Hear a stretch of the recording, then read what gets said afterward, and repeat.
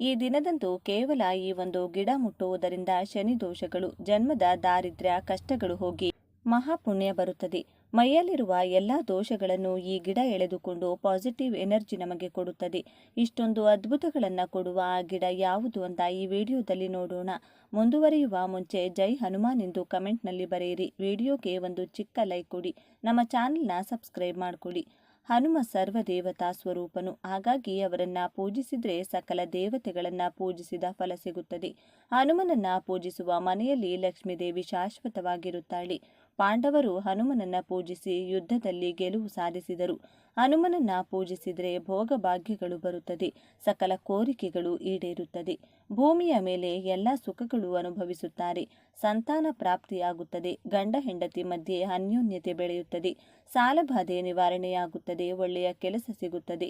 ವ್ಯಾಪಾರದಲ್ಲಿ ಲಾಭ ಹೆಚ್ಚಾಗುತ್ತದೆ. ರಾಜಕೀಯದಲ್ಲಿರುವವರಿಗೆ ಪದವಿ ಸಿಗುತ್ತದೆ. ವಿವಾಹ ಯೋಗ ಕೂಡಿ ಬರುತ್ತದೆ. ದೀರ್ಘಾಯುಷ್ಯ ಬರುತ್ತದೆ. ಮೃತ್ಯು ದೋಷ ನಿವಾರಣೆಯಾಗುತ್ತದೆ. ಶನಿ ಬಾಧೆ ನಿವಾರಣೆಯಾಗುತ್ತದೆ. ಹನುಮನಿಗೆ ಸಂಖ್ಯೆ 5 ಅಂದರೆ ತುಂಬ ಪ್ರೀತಿ. ಹಾಗಾಗಿ ಅವರ ದೇವಾಲಯದಲ್ಲಿ 5 ಪ್ರದಕ್ಷಿಣೆ ಮಾಡಿದರೆ ತುಂಬ ಒಳ್ಳೆಯದು. ನೀವು ಹನುಮನಿಗೆ ಸಮರ್ಪಿಸುವ ಹೂಗಳು ಅಥವಾ ತಾಂಬೂಲ ಅಥವಾ ಹಣ್ಣುಗಳು ಎಲ್ಲವೂ ಕೂಡ 5ರ ಸಂಖ್ಯೆಯಲ್ಲಿರುವಂತೆ ನೋಡಿಕೊಳ್ಳಿ. ಹನುಮನಿಗೆ ಹೂಗಳಲ್ಲಿ ಪಾರಿಜಾತ, ತಾವರೆ, ಮಲ್ಲಿಗೆ, ನಂದಿವರ್ಧನ, ದಾಸವಾಳ, ಕನಕಾಂಬರ ಹಾಗೂ ಎಕ್ಕದ ಹೂಗಳೆಂದರೆ ತುಂಬ ಇಷ್ಟ. ಪತ್ರೆಗಳಲ್ಲಿ ಅಂದರೆ ಎಲೆಗಳಲ್ಲಿ ವೀಳ್ಯದೆಲೆ, ಬಿಲ್ವಪತ್ರೆ, ತುಳಸಿ, ನೆಲ್ಲಿಕಾಯಿ ಎಲೆಗಳು, ಗರಿಕೆ, ಮಾವಿನ ಎಲೆ, ಉತ್ತರಾಣಿ ಹಾಗೂ ಅರಳಿ ಎಲೆಗಳು ಅಂದರೆ ತುಂಬ ಪ್ರೀತಿ. ಹಣ್ಣುಗಳಲ್ಲಿ ಬಾಳೆಹಣ್ಣು, ಮಾವಿನ ಹಣ್ಣು, ಖರ್ಜೂರ, ನೇರಳೆ ಹಣ್ಣು, ದ್ರಾಕ್ಷಿ, ದಾಳಿಂಬೆ, ತೆಂಗಿನಕಾಯಿ ಹಾಗೂ ಹಲಸಿನ ಹಣ್ಣು ಅಂದರೆ ತುಂಬ ಇಷ್ಟ. ಹಾಗಾಗಿ ನೀವು ಹೂ, ಪತ್ರೆ ಅಥವಾ ಹಣ್ಣು ಯಾವುದು ಹನುಮನಿಗೆ ಸಮರ್ಪಿಸಿದರೂ 5 ಸಮರ್ಪಿಸಲು ಪ್ರಯತ್ನಿಸಿ. ಅಂದರೆ 5 ಬಾಳೆಹಣ್ಣು ಅಥವಾ 5 ಬೆರಕೆ ಹಣ್ಣು, 5 ಪತ್ರೆಗಳು.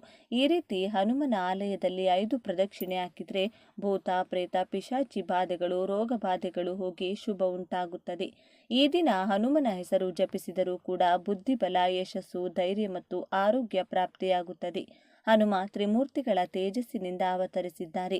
ಹಾಗಾಗಿ ಅವರನ್ನ ಸರ್ವದೇವತಾ ಸ್ವರೂಪನು ಎಂದು ಕರೆಯುತ್ತಾರೆ. ಹನುಮನ ಭಕ್ತರಷ್ಟು ಅದೃಷ್ಟವಂತರು ಭೂಮಿಯ ಮೇಲೆ ಮತ್ತೊಬ್ಬರಿಲ್ಲ ಎಂದು ಪುರಾಣಗಳು ಹೇಳುತ್ತವೆ. ಹನುಮನಿಗೆ ಸಿಂಧೂರ ಅಂದರೆ ತುಂಬ ಪ್ರೀತಿ. ಹನುಮನಿಗೆ ಸಿಂಧೂರದ ಪೂಜೆ ಮಾಡಿಸುವುದರಿಂದ ಬೇಗನೆ ಅವರು ಪ್ರಸನ್ನರಾಗುತ್ತಾರೆ. ಆ ದಿನದಂದು ಹಗಲೆಲ್ಲ ಉಪವಾಸವಿದ್ದು ರಾತ್ರಿ ನಕ್ಷತ್ರ ದರ್ಶನ ಮಾಡಿದ ಮೇಲೆ ಊಟ ತಿನ್ನುವುದರಿಂದ ಸಕಲ ಕೋರಿಕೆಗಳು ಈಡೇರುತ್ತವೆ. ಸಂಜೆ 6 ಗಂಟೆಯ ನಂತರ ಮನೆಯಲ್ಲಿ ಹನುಮನಿಗೆ ಕೆಂಪು ದೀಪದಲ್ಲಿ ಎಕ್ಕದ ಬತ್ತಿಗಳನ್ನು ಇಟ್ಟು ಎಳ್ಳೆಣ್ಣೆಯಿಂದ ದೀಪಾರಾಧನೆ ಮಾಡಿದರೆ ಬೇಡಿದ ಕೋರಿಕೆಗಳು, ದೀರ್ಘಾಯುಷ್ಯ, ಸುಖ, ಸಂತೋಷ, ಭೋಗ ಭಾಗ್ಯಗಳು ಪ್ರಾಪ್ತಿಯಾಗುತ್ತದೆ. ಒಂದು ವೇಳೆ ನಿಮ್ಮ ಮನೆಯಲ್ಲಿ ಕೆಂಪು ದೀಪ ಇಲ್ಲದಿದ್ದರೆ ನಿಮ್ಮ ಮನೆಯಲ್ಲಿರುವ ಯಾವುದಾದರೂ ಒಂದು ಮಣ್ಣಿನ ದೀಪಕ್ಕೆ ಕುಂಕುಮವನ್ನು ಹಚ್ಚಿ ಅದರಿಂದ ದೀಪಾರಾಧನೆ ಮಾಡಿ. ಈ ದಿನ ಹನುಮನಿಗೆ ವೀಳ್ಯದೆಲೆ ಮಾಲೆ ಸಮರ್ಪಿಸಿದರೆ ತುಂಬ ಒಳ್ಳೆಯದು. ಸಾಧ್ಯವಾದರೆ ದೇವಾಲಯದಲ್ಲಿ ವೀಳ್ಯದೆಲೆ ಸೇವೆ ಮಾಡಿಸಿ. ಇಲ್ಲದಿದ್ದರೆ ನೀವೇ ವೀಳ್ಯದೆಲೆ ಮಾಲೆಯನ್ನು ಕಟ್ಟಿ ದೇವಾಲಯದಲ್ಲಿ ಸಮರ್ಪಿಸಿ. ಆಗದವರು ಮನೆಯಲ್ಲಿ ಕೂಡ ಹನುಮನ ಫೋಟೋ ಅಥವಾ ವಿಗ್ರಹಕ್ಕೆ ವೀಳ್ಯದೆಲೆ ಮಾಲೆ ಹಾಕಿ. ಹಾಗೆ ಈ ದಿನದಂದು ಹಣೆಯಲ್ಲಿ ಸಿಂಧೂರ ಇಟ್ಟುಕೊಂಡು 108 ಸಲ ಓಂ ಆಂಜನೇಯಾಯ ನಮಃ ಎಂಬ ಮಂತ್ರವನ್ನು ಜಪಿಸುವುದರಿಂದ ನೀವು ಹನುಮನ ಕೃಪೆಗೆ ಪಾತ್ರರಾಗುತ್ತೀರಿ. ತ್ರಿಮೂರ್ತಿಗಳು ಕೂಡ ಹನುಮನನ್ನ ಪೂಜಿಸುತ್ತಾರೆಂದು ಪುರಾಣಗಳು ಹೇಳುತ್ತವೆ. ಶ್ರೀರಾಮ ಕೂಡ ಹನುಮನನ್ನ ಪೂಜಿಸಿದಂತೆ ರಾಮಾಯಣದ ಸುಂದರಕಾಂಡ ಹಾಗೂ ಉತ್ತರಕಾಂಡದಲ್ಲಿ ಹೇಳಲಾಗಿದೆ. ಸೀತಾದೇವಿ ಪ್ರತಿ ಮಂಗಳವಾರ ಹನುಮನನ್ನ ಪೂಜಿಸುತ್ತಿದ್ದರು. ಶ್ರೀಕೃಷ್ಣ ಕೂಡ ಹನುಮನ ವ್ರತ ಮಾಡಿ ಶಮಂತಕಮಣಿ ಮತ್ತು ಸತ್ಯಭಾಮಿಯನ್ನ ಪಡೆದರು. ಸಿಂಧೂರ ಬಣ್ಣದ ವಸ್ತ್ರಗಳನ್ನು ಹನುಮನಿಗೆ ಸಮರ್ಪಿಸಿದರೆ ಬೇಗನೆ ಹನುಮ ಅವರ ಆಶೀರ್ವಾದ ಕೊಡುತ್ತಾರೆ. ಈ ದಿನದಂದು ಹನುಮನ ಆಲಯದಲ್ಲಿ ದೀಪಾರಾಧನೆ ಮಾಡಿ ಅಲ್ಲೇ ಕುಳಿತುಕೊಂಡು ಹನುಮಾನ್ ಚಾಲಿಸ 11 ಸಲ ಅಥವಾ 23 ಸಲ ಜಪಿಸಿದರೆ ಅವರಿಗೆ ಶಾಶ್ವತವಾಗಿ ರಾಜಯೋಗ ಪ್ರಾಪ್ತಿಯಾಗುತ್ತದೆ. ಈ ದಿನದಂದು ಹನುಮನ ಆಲಯದಲ್ಲಿ ನಿಮ್ಮ ಬಲಗೈ ಕಿರು ಬೆರಳಿನಲ್ಲಿ ಸ್ವಲ್ಪ ಸಿಂಧೂರ ತೆಗೆದುಕೊಂಡು ಅದನ್ನು ಸೀತಾದೇವಿ ಪಾದಗಳ ಹತ್ತಿರ ಇಟ್ಟರೆ ನಿಮ್ಮ ಎಲ್ಲ ಕೋರಿಕೆಗಳು ಈಡೇರುತ್ತದೆ. ಈ ದಿನ ನೀವು ಚಿತ್ರಗುಪ್ತನನ್ನು ನೆನೆಸಿಕೊಂಡರೂ, ಒಂದು ಸಲ ಕೈ ಮುಗಿದರೂ ಎಷ್ಟೋ ಪಾಪಗಳು ನಿವಾರಣೆಯಾಗುತ್ತವೆ. ಈ ದಿನದಂದು ಸಮುದ್ರ ಸ್ನಾನ ಮಾಡಿದರೆ ತುಂಬ ಪುಣ್ಯ. ಸಮುದ್ರ ಸ್ನಾನ ಮಾಡಲು ಆಗದವರು ಮನೆಯಲ್ಲಿ ಸ್ನಾನ ಮಾಡುವ ನೀರಿನಲ್ಲಿ ಸ್ವಲ್ಪ ಕಲ್ಲುಪ್ಪು ಬೆರೆಸಿಕೊಂಡು ಸ್ನಾನ ಮಾಡಿ. ಇನ್ನು ಚಿತ್ರಗುಪ್ತನಿಗೆ ಬಣ್ಣ ಬಣ್ಣದ ವಸ್ತ್ರಗಳು ಅಂದರೆ ತುಂಬ ಇಷ್ಟ.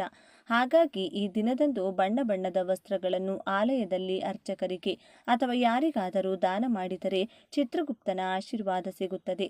ಈ ದಿನ ಶಿವ ಪಾರ್ವತಿ ಕಲ್ಯಾಣ ಮಾಡಿಸುವುದು ಅಥವಾ ನೋಡುವುದು ಮಾಡಿದರೆ ದಾಂಪತ್ಯದಲ್ಲಿರುವ ಎಲ್ಲ ಸಮಸ್ಯೆಗಳು ನಿವಾರಣೆಯಾಗಿ ಸುಖ ದಾಂಪತ್ಯ ನಿಮ್ಮದಾಗುತ್ತದೆ. ದೀರ್ಘ ಸುಮಂಗಲ ಯೋಗ ಬೆಳೆಯುತ್ತದೆ. ಈಗ ನಾವು ಯಾವ ಮರವನ್ನು ಮುಟ್ಟಿದರೆ ನಮ್ಮ ಅದೃಶ್ಯ ಬದಲಾಗುತ್ತದೆ ಎಂದು ನೋಡೋಣ. ಕ್ಷೀರಸಾಗರ ಮದನದ ಸಮಯದಲ್ಲಿ ಬಂದ ಅನೇಕ ಪವಿತ್ರ ವೃಕ್ಷಗಳಲ್ಲಿ ಶಮಿ ವೃಕ್ಷ ಕೂಡ ಒಂದು. ಹಾಗೆ ಇವತ್ತು ನಾವು ಮುಟ್ಟಬೇಕಾದ ಗಿಡ ಕೂಡ ಶಮಿ ಗಿಡ. ಶಮಿ ಗಿಡವನ್ನು ಅಪರಾಜಿತ ದೇವಿ ಎಂದು ಭಾವಿಸುತ್ತಾರೆ. ಯಜ್ಞ ಮಾಡುವಾಗ 2 ಶಮಿ ಗಿಡದ ಕಡ್ಡಿಯನ್ನು ತೆಗೆದುಕೊಂಡು ಅದರಿಂದಲೇ ಬೆಂಕಿ ಹಚ್ಚುತ್ತಿದ್ದರು. ಅದನ್ನು ಅರಣಿ ಎಂದು ಕರೆಯುತ್ತಿದ್ದರು. ವನವಾಸದಲ್ಲಿ ಶ್ರೀರಾಮ ಕೂಡ ಹೆಚ್ಚಾಗಿ ಶಮಿ ಮರದ ಕೆಳಗಡೆಯೇ ವಿಶ್ರಾಂತಿ ಪಡೆಯುತ್ತಿದ್ದರು. ರಾವಣನ ಜೊತೆ ಯುದ್ಧ ಮಾಡುವ ಮುಂಚೆ ಶಮಿ ಎಲೆಗಳಿಂದ ಆದಿಪರಾಶಕ್ತಿಯನ್ನ ಶ್ರೀರಾಮ ಪೂಜಿಸಿದ್ದರು. ರಾವಣನನ್ನ ಯುದ್ಧದಲ್ಲಿ ಗೆದ್ದು ಅಯೋಧ್ಯೆಗೆ ಹೋಗುವ ಮುಂಚೆ ಕೂಡ ಶಮಿ ಗಿಡಕ್ಕೆ ಪ್ರತ್ಯೇಕ ಪೂಜೆಗಳನ್ನು ಶ್ರೀರಾಮ ಮಾಡಿದ್ದರು. ಪಾಂಡವರು ಕೂಡ ಕುರುಕ್ಷೇತ್ರ ಯುದ್ಧಕ್ಕೂ ಮುಂಚೆ ಶಮಿ ಮರವನ್ನ ಪೂಜಿಸಿದ್ದರು. ಶಮಿ ನಮಗೆ ಜೀವನದಲ್ಲಿ ಗೆಲುವು ಕೊಡುತ್ತದೆ. ಈ ಗಿಡವನ್ನ ತುಂಬಾ ಅಪರೂಪವಾಗಿ ಪೂರ್ವ ಕಾಲದಲ್ಲಿ ನೋಡಿಕೊಳ್ಳುತ್ತಿದ್ದರು. ಇಷ್ಟೊಂದು ಪವಿತ್ರವಾದ ಗಿಡವನ್ನ ನಾವು ಈ ದಿನ ಮುಟ್ಟಿದರೂ ಕೂಡ ನಾವು ಪವಿತ್ರರಾಗುತ್ತೇವೆ. ಶ್ರೀರಾಮನನ್ನೇ ಮುಟ್ಟಿದಷ್ಟು ಪುಣ್ಯ ಬರುತ್ತದೆ. ಜೊತೆಗೆ ಶನೀಶ್ವರನ ಕೋಪವನ್ನ ಕೂಡ ಶಮಿ ಗಿಡ ಕಡಿಮೆ ಮಾಡುತ್ತದೆ. ಹಾಗಾಗಿ ಶನಿದೋಷ, ಶನಿ ಪೀಡೆ, ಹೀಗೆ ಶನಿಗೆ ಸಂಬಂಧಿಸಿದ ಯಾವ ಸಮಸ್ಯೆ ಇದ್ದರೂ ಹೊರಟು ಹೋಗುತ್ತದೆ. ಇನ್ನು ಜೀವನದಲ್ಲಿ ಶನಿ ಬಾಧೆ ಬರುವುದಿಲ್ಲ. ಹಾಗಾಗಿ ಶಮಿ ಗಿಡ ಎಲ್ಲೇ ಇದ್ದರೂ ಅದಕ್ಕೆ ಸ್ವಲ್ಪ ನೀರು ಹಾಕಿ 11 ಪ್ರದಕ್ಷಿಣೆ ಮಾಡಿ ಒಂದು ದೀಪದಲ್ಲಿ 3 ಬತ್ತಿಗಳನ್ನು ಬಿಡಿ ಬಿಡಿಯಾಗಿ ಇಟ್ಟು ಎಳ್ಳೆಣ್ಣೆಯಿಂದ ದೀಪಾರಾಧನೆ ಮಾಡಿ ಅದರ ನಂತರ 11 ಸಲ ಗಿಡವನ್ನು ಮುಟ್ಟಿ ನಮಸ್ಕಾರ ಮಾಡಿಕೊಳ್ಳಿ. ಅದರ ನಂತರ ನಿಮ್ಮ ಕೋರಿಕೆಗಳು ಹೇಳಿಕೊಳ್ಳಿ. ಅದು ಅತಿ ಬೇಗನೆ ಈಡೇರುತ್ತದೆ. ಒಂದು ವೇಳೆ ಶಮಿ ವೃಕ್ಷ ನಿಮಗೆ ಸಿಗದಿದ್ದರೆ ಅದರ ಕಡ್ಡಿಯನ್ನ ಕೂಡ ತಂದು ನಿಮ್ಮ ಮನೆಯ ಪಾಟ್ನಲ್ಲಿ ಇಟ್ಟುಕೊಂಡು ಅದಕ್ಕೆ ಪೂಜೆಗಳು ಮಾಡಿ ಪ್ರದಕ್ಷಿಣೆ ಮಾಡಿಕೊಳ್ಳಿ. ಈ ರೀತಿ ನಿಮ್ಮ ದಿನಚರಿ ಇರುವಂತೆ ನೋಡಿಕೊಳ್ಳಿ. ಇನ್ನು ಈ ದಿನ ಸಂಜೆ 6 ರಿಂದ 8 ಗಂಟೆಯ ಒಳಗಾಗಿ ಮನೆಯಲ್ಲಿ ಈ 4 ವಸ್ತುವನ್ನು ಬಳಸಿ ಧೂಪ ಹಾಕಿ. ಇದರಿಂದ ಮನೆಯಲ್ಲಿನ ಎಲ್ಲ ನೆಗೆಟಿವ್ ಶಕ್ತಿಗಳು ತೊಲಗುತ್ತದೆ. ಯಾರಾದರೂ ಆಗದೇ ಇದ್ದವರು ಮಾಡಿಸಿದ್ರೆ ಆ ದುಷ್ಟ ಶಕ್ತಿಗಳ ಕೆಲಸ ಆಗದಂತೆ ಮಾಡುತ್ತದೆ. ಮನೆಯ ಸದಸ್ಯರಿಗೆ ಇದ್ದ ಮೈಕೈ ನೋವು, ಆರೋಗ್ಯ ಸಮಸ್ಯೆ, ಮಾನಸಿಕ ಕಿರಿಕಿರಿಗಳು ದೂರವಾಗಿ ಅದೃಷ್ಟ ಕೂಡಿ ಬರುತ್ತದೆ. ಮನೆಯ ಮಧ್ಯಭಾಗದಲ್ಲಿ ಈ ಧೂಪವನ್ನು ಹಾಕಬೇಕು. ಧೂಪಕ್ಕೆ ಸಾಂಬ್ರಾಣಿ, ಬಿಳಿ ಸಾಸಿವೆ ಹಾಕಬೇಕು. ಇದರ ಜೊತೆಗೆ ದೃಷ್ಟಿ ಬೀಜ ಅಂತ ಪೂಜಾ ಸಾಮಗ್ರಿಗಳು ಸಿಗುವ ಅಂಗಡಿಯಲ್ಲಿ ಸಿಗುತ್ತದೆ. ಅದನ್ನು ತನ್ನಿ. ಅದರ ಜೊತೆಗೆ ಕಪ್ಪು ಜೀರಿಗೆ ಅಂತ ಸಿಗುತ್ತೆ. ಒಟ್ಟು 4 ವಸ್ತುಗಳು: ಸಾಂಬ್ರಾಣಿ ಪುಡಿ, ಬಿಳಿ ಸಾಸಿವೆ, ಕಪ್ಪು ಜೀರಿಗೆ ಹಾಗೂ ದೃಷ್ಟಿ ಬೀಜ. ಈ 4 ಕೂಡ ಕೆಂಡದಲ್ಲಿ ಹಾಕಿ ಮನೆಯ ಮಧ್ಯಭಾಗದಲ್ಲಿ ಧೂಪ ಹಾಕಿ. 5 ರಿಂದ 10 ನಿಮಿಷದ ನಂತರ ಮನೆಯ ಎಲ್ಲ ಮೂಲೆ ಮೂಲೆಗೂ ಈ ಧೂಪದ ಹೊಗೆಯನ್ನು ತೋರಿಸಿ. ಇದರಿಂದ ಮನೆಯಲ್ಲಿ ಎಲ್ಲ ನಕಾರಾತ್ಮಕ ಶಕ್ತಿಗಳು ತೊಲಗಿ ಸಾಕಷ್ಟು ಬದಲಾವಣೆಗಳು ನಿಮ್ಮ ಮನೆಯಲ್ಲಿ ನೀವು ನೋಡಬಹುದು. ಈ ದಿನ ಭಕ್ತಿಯಿಂದ ಪೂಜೆ ಮಾಡಿದರೆ ಶೀಘ್ರವಾಗಿ ಕಂಕಣ ಭಾಗ್ಯ ಕೂಡಿ ಬರುತ್ತದೆ.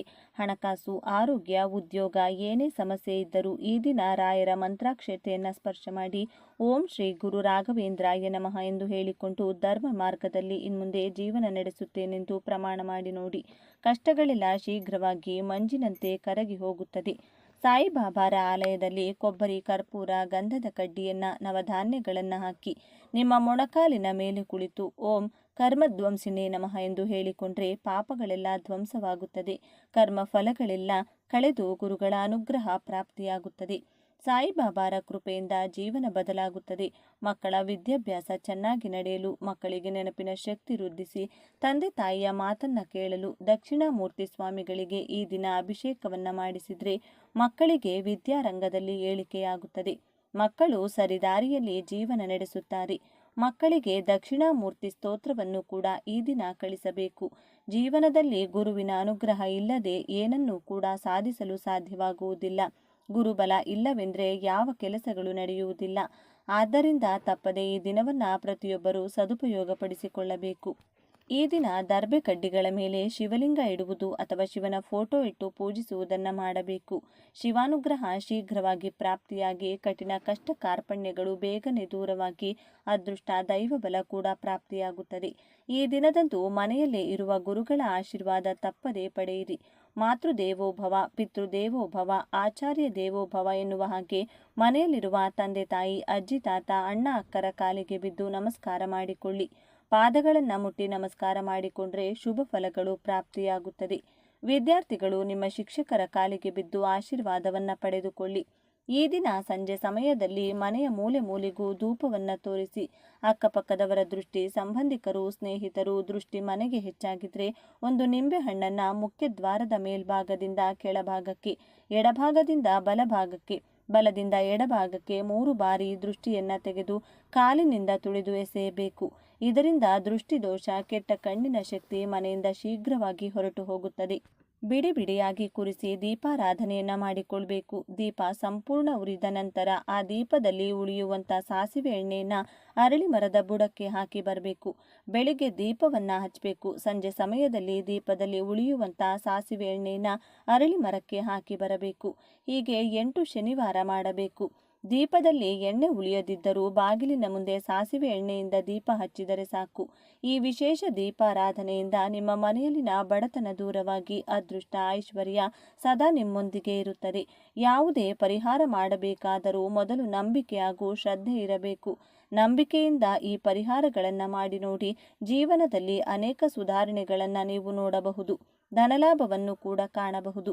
ವಿಡಿಯೋ ಇಷ್ಟ ಆದರೆ ಲೈಕ್ ಮಾಡಿ, ಶೇರ್ ಮಾಡಿ, ನಮ್ಮ ಚಾನಲ್ನ ಸಬ್ಸ್ಕ್ರೈಬ್ ಮಾಡ್ಕೊಳ್ಳಿ. ಇನ್ನು ಈ ದಿನ ಬಹಳ ಶಕ್ತಿಶಾಲಿ. ಇಂತಹ ಶಕ್ತಿಶಾಲಿ ಈ ದಿನದಂದು ಬೇವಿನ ಮರದ ಬಳಿ ಇದನ್ನು ಇಟ್ಟರೆ ಸಾಕು. ಕ್ಷಣಾರ್ಧದಲ್ಲಿ ನಿಮ್ಮ ಕಷ್ಟಗಳು ಮತ್ತು ದಾರಿದ್ರ್ಯಗಳು ದೂರವಾಗುತ್ತವೆ. ನಿಮ್ಮ ಅದೃಷ್ಟ ಬದಲಾಗಿ ಲಕ್ಷಗಳಲ್ಲ ಕೋಟಿಗಳು ಬಂದು ಬೀಳುತ್ತವೆ. ತೊಟ್ಟಿದ್ದೆಲ್ಲ ಚಿನ್ನದಂತೆ ಆಗುತ್ತದೆ. ಅಷ್ಟು ಶಕ್ತಿಶಾಲಿಯಾಗಿ ಈ ಪರಿಹಾರವು ಕೆಲಸ ಮಾಡುತ್ತದೆ. ಈ ಪರಿಹಾರವನ್ನು ಕೆಲವು ನಿಯಮಗಳೊಂದಿಗೆ ಮಾಡಬೇಕಾಗುತ್ತದೆ. ಈ ಚಿಕ್ಕ ಪರಿಹಾರವನ್ನು ಮಾಡಿದರೆ 2 ನಿಮಿಷಗಳಲ್ಲಿ ನಿಮ್ಮ ದಾರಿದ್ರ್ಯವೆಲ್ಲ ಹೋಗಿ ಲಕ್ಷಗಳಲ್ಲ ಕೋಟಿಗಳು ಬಂದು ಬೀಳುತ್ತವೆ. ಇನ್ನು ನಿಮಗೆ ಕೊರತೆ ಇರುವುದಿಲ್ಲ. ಅಪ್ರತಿಮ ರಾಜಯೋಗ ಬರುತ್ತದೆ. ಹಾಗಾದರೆ ಈ ದಿನ ಬೇವಿನ ಮರದ ಬುಡದಲ್ಲಿ ಏನು ಮಾಡಬೇಕು ಎಂಬುದನ್ನು ಈಗ ನಾವು ಈ ವಿಡಿಯೋದಲ್ಲಿ ವಿವರವಾಗಿ ತಿಳಿದುಕೊಳ್ಳೋಣ. ಅದಕ್ಕೂ ಮುಂಚೆ ನೀವಿನ್ನು ಚಾನಲ್ಗೆ ಸಬ್ಸ್ಕ್ರೈಬ್ ಆಗಿಲ್ಲ ಅಂದರೆ ಈಗಲೇ ಸಬ್ಸ್ಕ್ರೈಬ್ ಆಗಿ, ಹಾಗೆ ವಿಡಿಯೋಗೆ ಲೈಕ್ ಮಾಡಿ, ವಿಡಿಯೋ ಸ್ಕಿಪ್ ಮಾಡದೆ ಕೊನೆ ತನಕ ನೋಡಿ. ಎಲ್ಲರೂ ಭಕ್ತಿಯಿಂದ ಓಂ ಶ್ರೀ ಮಹಾಲಕ್ಷ್ಮಿ ನಮಃ ಅಂತ ಕಮೆಂಟ್ ಮಾಡಿ. ಈ ದಿನ ಬೇವಿನ ಮರದ ಬಳಿ ನೀವು ಇದನ್ನು ಒಂದನ್ನು ಹಾಕೋದ್ರಿಂದ ನಿಮ್ಮ ಜೀವನದಲ್ಲಿರುವ ದೋಷಗಳು, ಸಮಸ್ಯೆಗಳು, ಅಷ್ಟದರಿದ್ರಗಳು ಎಲ್ಲವೂ ದೂರವಾಗಿ ಆ ಲಕ್ಷ್ಮೀ ದೇವಿಯ ಅನುಗ್ರಹದಿಂದ ಅಷ್ಟೈಶ್ವರ್ಯಗಳು ಖಂಡಿತ ಸಿದ್ಧಿಸುತ್ತವೆ. ಮನುಷ್ಯರಾದ ಮೇಲೆ ಎಲ್ಲರೂ ಒಂದೊಂದು ಸಮಸ್ಯೆಯಿಂದ ಬಳಲುತ್ತಿರುತ್ತೇವೆ. ಪ್ರತಿ ಮನೆಗೂ ಒಂದು ಸಮಸ್ಯೆ, ಪ್ರತಿ ಮನುಷ್ಯನಿಗೂ ಒಂದು ಸಮಸ್ಯೆ ಇರುತ್ತದೆ. ಕೆಲವರು ಹೊರಗೆ ಹೇಳಿಕೊಳ್ತಾರೆ, ಕೆಲವರು ಹೇಳಿಕೊಳ್ಳುವುದಿಲ್ಲ. ಏಕೆಂದರೆ ಹೇಳಿಕೊಳ್ಳಲಾಗದ ಕೆಲವು ಸಮಸ್ಯೆಗಳು ಇರುತ್ತವೆ. ಬೇವಿನ ಮರವು ಬಹಳ ಶಕ್ತಿಶಾಲಿಯಾದ ಬೇವಿನ ಮರವು ದೇವತಾ ವೃಕ್ಷವೇ ಆಗಿದೆ. ಬೇವಿನ ಮರಕ್ಕೆ ಅತೀಂದ್ರಿಯ ಶಕ್ತಿಗಳು ಕೂಡ ಹೆಚ್ಚು. ಬೇವಿನ ಮರವನ್ನು ಲಕ್ಷ್ಮೀ ದೇವಿಯ ಸ್ವರೂಪವೆಂದು ಕೂಡ ಭಾವಿಸುತ್ತಾರೆ. ಅಂದರೆ ಅಮ್ಮನವರು ಹಾಗೂ ಸೀತಾದೇವಿಯು ಕೂಡ ಈ ಮರದಲ್ಲಿ ನೆಲೆಸಿರುತ್ತಾರೆ. ಅಷ್ಟು ಶಕ್ತಿಶಾಲಿಯಾದ ಬೇವಿನ ಮರವಾದ್ದರಿಂದ ಬೇವಿನ ಮರದ ಹತ್ತಿರ ಈ ಪರಿಹಾರವನ್ನು ಮಾಡಿದರೆ ಖಂಡಿತವಾಗಿಯೂ ಕೆಲವು ನಿಮಿಷಗಳಲ್ಲಿಯೇ ನಿಮ್ಮ ಕೆಟ್ಟದ್ದನ್ನು ತೆಗೆದುಹಾಕುತ್ತದೆ. ಈ ದಿನ ಕಪ್ಪು ಬಣ್ಣದ ಬಟ್ಟೆಗಳನ್ನು ಯಾವುದೇ ಪರಿಸ್ಥಿತಿಯಲ್ಲಿಯೂ ಧರಿಸಬಾರದು. ಅಷ್ಟೇ ಅಲ್ಲ, ಈ ದಿನ ಮಾಂಸಾಹಾರವನ್ನು ಯಾವುದೇ ಕಾರಣಕ್ಕೂ ಇಡಬಾರದು ಅಥವಾ ತಿನ್ನಬಾರದು. ಮೊಟ್ಟೆ ಸೇರಿದಂತೆ ಯಾವುದನ್ನು ತಿನ್ನಬಾರದು. ಮೊಟ್ಟೆಯು ಮಾಂಸಾಹಾರಕ್ಕೆ ಸಮಾನ. ಅದೇ ರೀತಿ ಈ ದಿನ ಯಾರಿಗೂ ಸಾಲ ಕೊಡಬಾರದು. ಅದೇ ರೀತಿ ಸಾಲ ತೆಗೆದುಕೊಳ್ಳುವಂಥ ಕೆಲಸಗಳನ್ನು ಮಾಡಬಾರದು. ಈ ದಿನ ಎಂದು ಕೊಟ್ಟ ಸಾಲಗಳು ಅಥವಾ ಮಾಡಿದ ಸಾಲಗಳು ಎಂದಿಗೂ ತೀರುವುದಿಲ್ಲ. ಅಷ್ಟೇ ಅಲ್ಲ, ಅದೇ ರೀತಿ ಈ ದಿನ ಅಡುಗೆ ಎಣ್ಣೆ ಮತ್ತು ಒಣಮೆಣಸಿನಕಾಯಿಗಳನ್ನು ಮನೆಗೆ ತರಬಾರದು. ಈ ವಸ್ತುಗಳನ್ನು ಖರೀದಿಸಿ ಮನೆಗೆ ತಂದರೆ ಅನಗತ್ಯ ತೊಂದರೆಗಳು ಬರುತ್ತವೆ. ಅದೇ ರೀತಿ ಕಡ್ಡಾಯವಾಗಿ ಬೇವಿನ ಮರದ ಪರಿಹಾರವನ್ನು ಮಾಡಿ. ನಿಮ್ಮ ಮನೆಯ ಹತ್ತಿರ ಇರುವ ಬೇವಿನ ಮರ ಅಥವಾ ಸ್ವಲ್ಪ ದೂರದಲ್ಲಿರುವ ಬೇವಿನ ಮರದ ಬಳಿಗೆ ಹೋಗಿ ಪರಿಹಾರವನ್ನು ಮಾಡಿಕೊಳ್ಳಿ. ಬೇವಿನ ಮರದ ಹಸಿರು ಅದು ನೀಡುವ ಆರೋಗ್ಯ ಮತ್ತು ತಂಪಾದ ಗಾಳಿಯನ್ನು ಯಾವುದೇ ಫ್ಯಾನ್ಗಳು, ಕೂಲರ್ಗಳು ಅಥವಾ ಎಸಿಗಳು ನಮಗೆ ನೀಡಲು ಸಾಧ್ಯವಿಲ್ಲ. ಬೇವಿನ ಮರವು ಅದ್ಭುತವಾದ ಆಮ್ಲಜನಕವನ್ನು ನೀಡುತ್ತದೆ. ಬೇವಿನ ಮರದ ಕೆಳಗೆ ಸ್ವಲ್ಪ ಸಮಯ ಕುಳಿತು ಆ ಗಾಳಿಯನ್ನು ಸೇವಿಸಿದರೆ ನಮ್ಮ 100 ರೋಗಗಳು ಕಡಿಮೆಯಾಗುತ್ತವೆ. ಇಷ್ಟು ಆರೋಗ್ಯಕರ ಗಾಳಿಯನ್ನು ಬೇವಿನ ಮರ ಒದಗಿಸುತ್ತದೆ. ಬೇವಿನ ಮರ ಇರುವಲ್ಲಿ ಒಂದು ಉತ್ತಮ ಸಕಾರಾತ್ಮಕ ಶಕ್ತಿ ಇರುತ್ತದೆ. ಬೇವಿನ ಮರ ಇರುವ ಮನೆಯಲ್ಲಿ ಜಗಳಗಳು, ಸಮಸ್ಯೆಗಳು ಕಡಿಮೆ ಇರುತ್ತವೆ. ಆರೋಗ್ಯವು ಚೆನ್ನಾಗಿತ್ತು. ಬೇವಿನ ಎಲೆಗಳು ಸಹ ಆಯುರ್ವೇದದ ಪ್ರಕಾರ ನಮಗೆ ತುಂಬ ಒಳ್ಳೆಯದು. ಒಂದು ಹಿಡಿ ಬೇವಿನ ಎಲೆಗಳನ್ನು ಎಲೆಗಳನ್ನು ಈ ದಿನ ಸ್ನಾನ ಮಾಡುವ ನೀರಿನಲ್ಲಿ ಹಾಕಿ ಸ್ನಾನ ಮಾಡಿದರೆ ನಿಮಗೆ ಇರುವ ಅನಾರೋಗ್ಯ ಸಮಸ್ಯೆಗಳು, ಪಿತೃದೋಷಗಳು, ಪಾಪಗಳು, ಶನಿ ದೋಷಗಳು ಎಲ್ಲವೂ ನಿವಾರಣೆಯಾಗಿ ನೀವು ಮುಟ್ಟಿದ್ದೆಲ್ಲ ಚಿನ್ನವಾಗುತ್ತದೆ. ಬೇವಿನ ಎಲೆಗಳನ್ನು ಹಾಕೋದ್ರಿಂದ ನೀವು ಶಕ್ತಿವಂತರಾಗಿ ನಿಮ್ಮ ಆರೋಗ್ಯವು ಉತ್ತಮವಾಗಿರುತ್ತದೆ. ಹೊಸ ಉತ್ಸಾಹ, ಉಲ್ಲಾಸ ಮತ್ತು ಹೊಸ ಆಯುಷ್ಯದೊಂದಿಗೆ ಜೀವನವನ್ನು ಪ್ರಾರಂಭಿಸಲು ಸಾಧ್ಯವಾಗುತ್ತದೆ. ಅಷ್ಟು ಶಕ್ತಿಶಾಲಿ.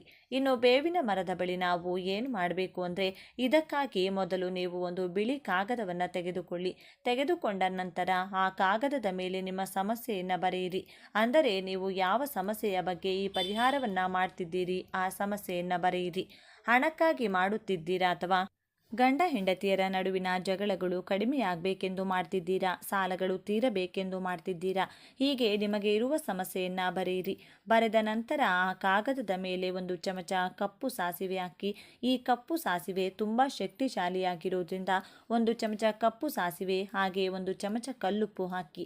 ನಂತರ ಕುಂಕುಮ ಕೆಂಪು ಬಣ್ಣದಲ್ಲಿರುವುದರಿಂದ ಈ ಅಮಾವಾಸ್ಯೆಯ ದಿನ ಕೆಟ್ಟ ದೃಷ್ಟಿಯನ್ನು ತೆಗೆದುಹಾಕಲು ಇದು ತುಂಬ ಉಪಯುಕ್ತವಾಗಿದೆ. ಇವುಗಳ ಜೊತೆಗೆ ಒಣಮೆಣಸಿನಕಾಯಿಗಳನ್ನು ಹಾಕಿ. 4 ಒಣಮೆಣಸಿನಕಾಯಿಗಳು ಸಾಕು. ಆ ಮೆಣಸಿನಕಾಯಿಗಳನ್ನು ಸಹ ಆ ಕಾಗದದಲ್ಲಿ ಹಾಕಿ. ನಮ್ಮ ಪೂರ್ವಿಕರು ಮೊದಲು ಉಪ್ಪು, ಒಣಮೆಣಸಿನಕಾಯಿಗಳಿಂದ ದೃಷ್ಟಿ ತೆಗೆಯುತ್ತಿದ್ದರು. ಮಕ್ಕಳಿಗೆ ಜ್ವರ ಇತ್ಯಾದಿ ಬಂದಾಗ ದೃಷ್ಟಿ ತೆಗೆಯುತ್ತಿದ್ದರು. ದೃಷ್ಟಿ ತೆಗೆದರೆ ಆ ಜ್ವರಗಳು ತಕ್ಷಣ ಕಡಿಮೆಯಾಗುತ್ತಿದ್ದವು. ಆದ್ದರಿಂದ ಅಷ್ಟು ಶಕ್ತಿಶಾಲಿ ಕೆಂಪು ಮೆಣಸಿನಕಾಯಿಗಳು. ಇವು ಕೂಡ ಕೆಂಪು ಬಣ್ಣದಲ್ಲಿರುತ್ತವೆ. ಕೆಟ್ಟದ್ದನ್ನು ಚೆನ್ನಾಗಿ ತೆಗೆದುಹಾಕುತ್ತವೆ. ಹೀಗೆ ಈ ಕಾಗದದ ಮೇಲೆ ಸಮಸ್ಯೆಯನ್ನು ಬರೆದು ಒಂದು ಚಮಚ ಸಾಸಿವೆ, ಒಂದು ಚಮಚ ಕಲ್ಲುಪ್ಪು, ಚಿಟಿಕೆ ಕುಂಕುಮ, 4 ಒಣಮೆಣಸಿನಕಾಯಿಗಳು ಇವೆಲ್ಲವನ್ನು ಆ ಕಾಗದದಲ್ಲಿ ಹಾಕಿ. ಆ ಕಾಗದದ ಮೇಲೆ ನಿಮ್ಮ ಸಮಸ್ಯೆಯನ್ನು ಕೆಂಪು ಬಣ್ಣದ ಸ್ಕೆಚ್ ಪೆನ್ನಿಂದ ಬರೆಯಬೇಕು. ನೆನಪಿಡಿ, ಕೆಂಪು ಬಣ್ಣದ ಸ್ಕೆಚ್ ಪೆನ್ನಿಂದ ನಿಮ್ಮ ಸಮಸ್ಯೆಯನ್ನು ಬರೆದು ಒಟ್ಟು 5 ವಸ್ತುಗಳನ್ನು ಹಾಕಿ. ಅಂದರೆ ಕಪ್ಪು ಸಾಸಿವೆ, ಕಲ್ಲುಪ್ಪು, ಚಿಟಿಕೆ ಕುಂಕುಮ, 4 ಒಣಮೆಣಸಿನಕಾಯಿಗಳು ಈ 5 ವಸ್ತುಗಳನ್ನು ಆ ಕಾಗದದಲ್ಲಿ ಹಾಕಿದ ನಂತರ ಚಿಕ್ಕ ಮೂಟೆ ಕಟ್ಟಿ. ಆ ನಂತರ ಈ ಚಿಕ್ಕ ಮೂಟೆಯನ್ನು ತೆಗೆದುಕೊಂಡು ನೀವು ಬೇವಿನ ಮರದ ಬಳಿಗೆ ಹೋಗಬೇಕು. ನೀವು ಸಂಧ್ಯಾ ಸಮಯದಲ್ಲಿ ಅಂದರೆ ಸುಮಾರು 4 ಗಂಟೆಯಿಂದ 6 ಗಂಟೆಯ ನಡುವೆ ಹೋಗಬೇಕು. ನೀವು ಬೇವಿನ ಮರದ ಹತ್ತಿರ ಹೋಗಿ ಆ ಚಿಕ್ಕ ಮೂಟೆಯನ್ನು ಕೈಯಲ್ಲಿಡಿದುಕೊಂಡು ನಿಮ್ಮ ಸಂಕಲ್ಪವನ್ನು ಹೇಳಿಕೊಳ್ಬೇಕು. ನಿಮಗಿರುವಂಥ ಕೆಟ್ಟದ್ದು ಹೋಗಬೇಕು, ಬಾಧೆಗಳು ದೂರವಾಗಬೇಕೆಂದು ಹೇಳಿ. ಬೇವಿನ ಮರವು ಅಮ್ಮನವರ ಸ್ವರೂಪವಾಗಿರುವುದರಿಂದ ಆ ತಾಯಿಗೆ ಹೇಳಿಕೊಂಡು ಮರದ ಸುತ್ತಲೂ ಬಲದಿಂದ ಎಡಕ್ಕೆ 3 ಬಾರಿ, ಎಡದಿಂದ ಬಲಕ್ಕೆ 3 ಬಾರಿ ಆ ಚಿಕ್ಕ ಮೂಟೆಯನ್ನು ನಿಮ್ಮ ತಲೆಯ ಸುತ್ತ ತಿರುಗಿಸಿಕೊಂಡು ಆ ಬೇವಿನ ಮರದ ಹತ್ತಿರ ಆ ಚಿಕ್ಕ ಮೂಟೆಯನ್ನು ಹಾಕಿ ಹಿಂದಿರುಗಿ ನೋಡದೆ ನೀವು ಮನೆಗೆ ಹೋಗಬೇಕು. ಸಂಜೆ 4 ಗಂಟೆ ಸಮಯದಿಂದ 6 ಗಂಟೆಯ ಸಮಯದವರೆಗೆ ಈ ಪರಿಹಾರವನ್ನು ಮಾಡಿಕೊಳ್ಳಿ. ನಿಮಗೆ ಉತ್ತಮ ಫಲಗಳು ದೊರೆಯುತ್ತವೆ. ಈ ದಿನ ಸಂಜೆ 4 ಗಂಟೆಗೆ ಈ ಪರಿಹಾರವನ್ನು ಮಾಡಿ. ಮನೆಯಲ್ಲಿರುವ ಬೇವಿನ ಮರದ ಬಳಿ ಈ ಪರಿಹಾರವನ್ನು ಮಾಡಬಾರ್ದು. ಹೊರಗಿರುವ ಮರದ ಬಳಿ ಮಾತ್ರ ಪರಿಹಾರವನ್ನು ಮಾಡಬೇಕು. ಅದೇ ರೀತಿ ದೇವಸ್ಥಾನದ ಒಳಗಿರುವ ಮರದ ಬಳಿಯೂ ಈ ಪರಿಹಾರವನ್ನು ಮಾಡಬಾರ್ದು. ದೇವಸ್ಥಾನದ ಹೊರಗೆ ಇರಬೇಕು, ರಸ್ತೆಯ ಬದಿಯಲ್ಲಿರಬೇಕು, ಮನೆಯ ಹೊರಗೆ ಇರಬೇಕು. ಆ ಮರದ ಬಳಿ ಈ ಪರಿಹಾರವನ್ನು ಮಾಡಬೇಕು. ಆ ಚಿಕ್ಕ ಮೂಟೆಯನ್ನು ಮರದ ಬಳಿ ಹಾಕುವ ಮೊದಲು ಬೇವಿನ ಮರವನ್ನು ಸ್ಪರ್ಶಿಸಿ ನಮಸ್ಕರಿಸಿ. ನಿಮಗೆ ಸಾಧ್ಯವಾದರೆ ಆ ಬೇವಿನ ಮರಕ್ಕೆ ಒಂದು ಚೊಂಬು ನೀರನ್ನು ಹಾಕಿ ಆ ಬೇವಿನ ಮರದ ಸುತ್ತ ಪ್ರದಕ್ಷಿಣೆಗಳನ್ನು ಮಾಡಿ. ಆ ನಂತರ ಚೆನ್ನಾಗಿ ನಿಮ್ಮ ಸಂಕಲ್ಪ ಹೇಳಿಕೊಂಡು ಈ ಚಿಕ್ಕ ಮೂಟೆಯನ್ನು ನಿಮ್ಮ ತಲೆಯ ಸುತ್ತ ಬಲದಿಂದ ಎಡಕ್ಕೆ 3 ಬಾರಿ, ಎಡದಿಂದ ಬಲಕ್ಕೆ 3 ಬಾರಿ ತಿರುಗಿಸಿ ಆ ಬೇವಿನ ಮರದ ಬುಡದಲ್ಲಿ ಹಾಕಿ ಹಿಂದಿರುಗಿ ನೋಡದೆ ಮನೆಗೆ ಹೋಗಿ. ಇದರಲ್ಲಿ ಹಾಕಿರುವ ಪ್ರತಿಯೊಂದು ಕೂಡ ಬಹಳ ಶಕ್ತಿಶಾಲಿಯಾಗಿದೆ. ಸಾಸಿವೆ ದೃಷ್ಟಿ ತೆಗೆದುಹಾಕುತ್ತದೆ. ಕಪ್ಪು ಬಣ್ಣದಲ್ಲಿರುತ್ತವೆ. ಕಪ್ಪು ಕೂಡಲೇ ಕೆಟ್ಟದ್ದನ್ನು ತೆಗೆದುಹಾಕುತ್ತದೆ. ಬಹಳ ಶಕ್ತಿಶಾಲಿ ಸಾಸಿವೆ ನಮಗೆ ಚಿಕ್ಕದಾಗಿರುತ್ತದೆ. ಅದೇ ರೀತಿ ಕಲ್ಲುಪ್ಪು ಕೂಡ ದೃಷ್ಟಿ ತೆಗೆಯಲು ಮತ್ತು ದೋಷವನ್ನು ನಿವಾರಿಸಲು ಬಹಳ ಉಪಯುಕ್ತವಾಗಿದೆ. ಸಾಲದ ಸಮಸ್ಯೆಗಳನ್ನು, ಆರ್ಥಿಕ ಸಮಸ್ಯೆಗಳನ್ನು ನಿವಾರಿಸುತ್ತದೆ. ಕುಂಕುಮ ಮಂಗಳಕರವಾದದ್ದು, ಶುಭಕರವಾದದ್ದು. ಇನ್ನು ಅನೇಕ ಮೆಣಸಿನಕಾಯಿಗಳು ಬಹಳ ಖಾರವನ್ನು ಹೊಂದಿರುತ್ತವೆ. ಅದೇ ರೀತಿ ನಮಗಿರುವಂತಹ ಕಠಿಣ ಸಮಸ್ಯೆಗಳನ್ನು, ಖಾರವಾದ ಸಮಸ್ಯೆಯನ್ನಾದರೂ ಒಣಮೆಣಸಿನಕಾಯಿಗಳು ಕ್ಷಣಗಳಲ್ಲಿ ನಿವಾರಿಸುತ್ತವೆ. ಆದ್ದರಿಂದ ಇವುಗಳನ್ನು ಕಟ್ಟಿ ಹಾಗೆ ದೃಷ್ಟಿ ತೆಗೆದು ಬೇವಿನ ಮರದ ಬಳಿ ಹಾಕಿ. ಮನೆಗೆ ಪ್ರವೇಶಿಸುವಾಗ ಮರೆಯದೆ ಕಾಲು ಕೈಗಳನ್ನು ಸ್ವಚ್ಛವಾಗಿ ತೊಳೆದುಕೊಂಡು ಹೋಗಿ. ಇನ್ನೂ ಸಾಧ್ಯವಾದರೆ ಸ್ನಾನ ಮಾಡಿ. ಹೀಗೆ ಮಾಡಿ ನೋಡಿ. ನೀವು ಮನೆಗೆ ಹೋಗುವಷ್ಟರಲ್ಲಿ ಒಂದು ಉತ್ತಮ ಸಕಾರಾತ್ಮಕ ಮನಸ್ಥಿತಿ ಬರುತ್ತದೆ. ನಿಮ್ಮ ಮನಸ್ಸು ಸಂಪೂರ್ಣವಾಗಿ ವಿಶ್ರಾಂತಿ ಪಡೆಯುತ್ತದೆ. ನಿಮಗೆ ಹಣಕಾಸಿನ ವಿಷಯದಲ್ಲಿ ಹಣ ಕೈಗೆ ಸಿಗುವುದು ಮತ್ತು ತುಂಬ ಶಾಂತವಾಗಿರುವುದನ್ನು ನೋಡಿ ನೀವೇ ಆಶ್ಚರ್ಯಪಡುತ್ತೀರಿ. ಹಣಕಾಸಿನ ಸಮಸ್ಯೆಗಳು ದೂರವಾಗುವುದು, ಮನೆ ಅನುಕೂಲಕರವಾಗಿ ಬದಲಾಗುವುದು, ಕೆಟ್ಟ ದೃಷ್ಟಿ ದೂರವಾಗುವುದು. ಈ ಪರಿಹಾರವು ಬಹಳ ಶಕ್ತಿಶಾಲಿಯಾಗಿ ನಿಮ್ಮ ಹಣೆ ಬರಹವನ್ನೇ ಬದಲಾಯಿಸುತ್ತದೆ. ಈ ಅಮಾವಾಸ್ಯೆ ಬಹಳ ಶಕ್ತಿಶಾಲಿಯಾಗಿರುವುದರಿಂದ ಖಂಡಿತವಾಗಿಯೂ ಇದನ್ನು ಮಾಡಿಕೊಳ್ಳಿ. ಈ ಪರಿಹಾರವು ಅದ್ಭುತವಾಗಿ ಕೆಲಸ ಮಾಡುತ್ತದೆ. ಇದನ್ನು ಮಹಿಳೆಯರು ಮಾಡಬಹುದು, ಪುರುಷರು ಮಾಡಬಹುದು, ಯಾವುದೇ ತೊಂದರೆ ಇಲ್ಲ. ಚೆನ್ನಾಗಿ ಹೀಗೆ ಮಾಡಿಕೊಂಡು ನಿಮಗಿರುವ ಪ್ರತಿಯೊಂದು ಸಮಸ್ಯೆಯಿಂದಲೂ ಹೊರಬನ್ನಿ. ಹೀಗೆ ಮಾಡ್ತಿದ್ದೇವೆ ಎಂದು ಯಾರಿಗೂ ಹೇಳಬಾರದು. ಹೇಳಿದರೆ ನಮ್ಮ ಮಾತಿನ ರೂಪದಲ್ಲಿ ಅದಕ್ಕಿರುವ ಶಕ್ತಿ ಎಲ್ಲವೂ ಹೋಗುತ್ತದೆ. ಆದ್ದರಿಂದ ಇದನ್ನು ರಹಸ್ಯವಾಗಿ ಮಾಡಬೇಕಾದ ಪರಿಹಾರ ಇದು. ಆದ್ದರಿಂದ ನೀವು ಕೂಡ ಈ ಶಕ್ತಿಶಾಲಿ ಈ ದಿನದಂದು ಬೇವಿನ ಮರದ ಬಳಿ ನೀಡಿದ ಸುಲಭ ಪರಿಹಾರವನ್ನು ಮಾಡಿ ನಿಮ್ಮ ಕಷ್ಟಗಳನ್ನು, ದಾರಿದ್ರ್ಯವನ್ನು ನಿವಾರಿಸಿಕೊಂಡು ಆನಂದವಾಗಿ ಬದುಕಿ. ಓಕೆ ಸ್ನೇಹಿತರೆ, ಈ ಮಾಹಿತಿ ನಿಮಗೆ ಇಷ್ಟವಾದರೆ ಈ ವಿಡಿಯೋನ ಪ್ರತಿಯೊಬ್ಬರಿಗೂ ಕೂಡ ಶೇರ್ ಮಾಡಿ. ನಮ್ಮ ಚಾನಲ್ಗೆ ಸಬ್ಸ್ಕ್ರೈಬ್ ಆಗಿ. ಎಲ್ಲರೂ ಭಕ್ತಿಯಿಂದ ಓಂ ಶ್ರೀ ಶನೇಶ್ವರ ನಮಃ ಅಂತ ಕಮೆಂಟ್ ಮಾಡಿ. ಧನ್ಯವಾದಗಳು.